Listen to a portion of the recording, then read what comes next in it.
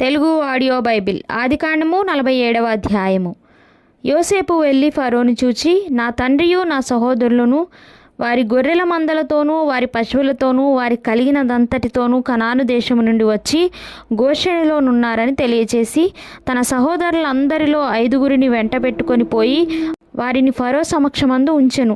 ఫరో అతని సహోదరులను చూచి, మీ వృత్తి ఏమిటని అడిగినప్పుడు వారు, నీ దాసులమైన మేమును మా పూర్వీకులను గొర్రెల కాపర్లమని ఫరోతో చెప్పిరి.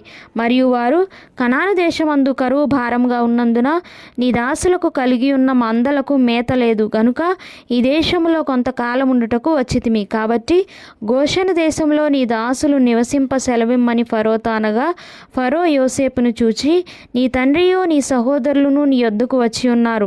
ఐగుప్తు దేశము నీ ఎదుట ఉన్నది. ఈ దేశంలోని మంచి ప్రదేశమందు నీ తండ్రిని నీ సహోదరులను నివసింపచేయుము. గోషెను దేశంలో వారు నివసింపవచ్చును. వారిలో ఎవరైనా ప్రజ్ఞ గలవారని నీకు తోచిన ఎడల నా మందల మీద వారిని అధిపతులనుగా నియమించుమని చెప్పెను.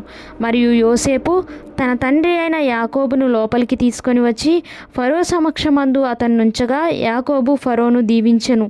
ఫరో, నీవు జీవించిన సంవత్సరములెన్ని అని యాకోబును అడిగినందుకు యాకోబు, నేను యాత్ర చేసిన సంవత్సరములు 130, నేను జీవించిన సంవత్సరములు కొంచెముగాను దుఃఖసహితమైనవిగా ఉన్నవి. అవి నా పితరులు యాత్ర చేసిన దినములలో వారు జీవించిన సంవత్సరములన్నీ కాలేదని ఫరోతో చెప్పి ఫరోను దీవించి ఫరో ఎదుట నుండి వెళ్ళిపోయెను. ఫరో ఆజ్ఞాపించినట్లు యోసేపు తన తండ్రిని తన సహోదరులను ఐగుప్తు దేశంలో నివసింపచేసి ఆ దేశంలో రామశేషను మంచి ప్రదేశంలో వారికి స్వాస్థ్యమునిచ్చెను. మరియు యోసేపు తన తండ్రిని తన సహోదరులను తన తండ్రి కుటుంబపు వారిని అందరినీ వారి వారి పిల్లల లెక్క చొప్పున వారికి ఆహారం ఇచ్చి సంరక్షించెను.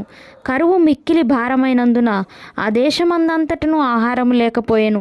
కరువు వలన ఐగుప్తు దేశమును కనాను దేశమును క్షీణించెను. వచ్చిన వారికి ధాన్యం అమ్ముట వలన ఐగుప్తు దేశంలోను కనాను దేశంలోను దొరికిన ద్రవ్యమంతా యోసేపు సమకూర్చెను. ఆ ద్రవ్యమంతటిని యోసేపు ఫరో నగరులోనికి తెప్పించెను.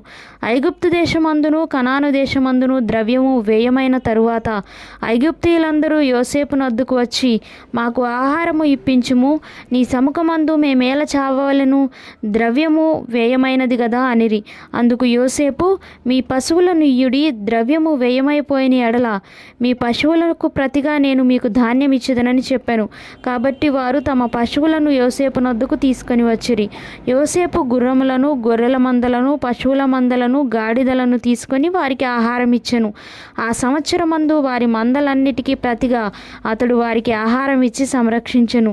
ఆ సంవత్సరము గతించిన తరువాత 2వ సంవత్సరమున వారు అతని యొద్దకు వచ్చి, ఇది మా ఏలిన వారికి మరుగు చేయము, ద్రవ్యము వ్యయమైపోయెను, పశువుల మందలను ఏలిన వారి వశమాయెను.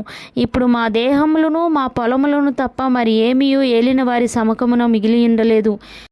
నీ కన్నుల ఎదుట మా పొలములను మేమును నశింపనేలా ఆహారం ఇచ్చి మమ్మును మా పొలములను కొనుము. మా పొలములతో మేము ఫరోకు దాసులమగుదుము. మేము చావక బ్రతుకున్నట్లును పొలములు పాడైపోకుండానట్లును మాకు విత్తనములిమ్మని అడిగిరి.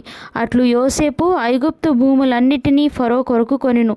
కరువు వారికి భారమైనందున ఐగుప్తీయులందరూ తమ తమ పొలములను అమ్మివేసిరి గనుక భూమి ఫరోది ఆయెను. అతడు ఐగుప్తు పొలిమేరల యొక్క ఈ చివర నుండి ఆ చివర వరకును జనులను ఊళ్ళలోనికి రప్పించెను. యాజకుల భూమి మాత్రమే అతడు కొనలేదు. యాజకులకు ఫరో బత్తెములు నియమించెను.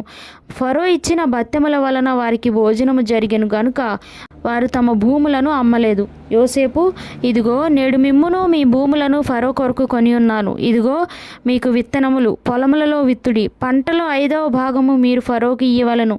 4 భాగములు పొలములలో విత్తుటకును మీకును మీ కుటుంబపు వారికి ఆహారమునకును మీ పిల్లలకు ఆహారమునకును మీవై ఉండునని ప్రజలతో చెప్పగా వారు, నీవు మమ్ము బ్రతికించితివి, ఏలిన వారి కటాక్షము మా మీద నుండనిమ్ము, ఫరోకు దాసులు మగుదుమని చెప్పిరి. అప్పుడు 5వ భాగము ఫరో దాన్ని నేటి వరకు యోసేపు ఐగుప్తు భూములను గూర్చి కట్టడ నియమించెను. యాజకుల భూములు మాత్రమే వినాయింపబడెను, అవి ఫరోవి కావు.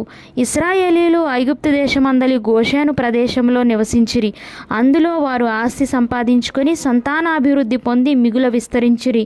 యాకోబు ఐగుప్తు దేశంలో 17 సంవత్సరములు బ్రతికెను. యాకోబు దినములు అనగా అతడు జీవించిన సంవత్సరములు 147.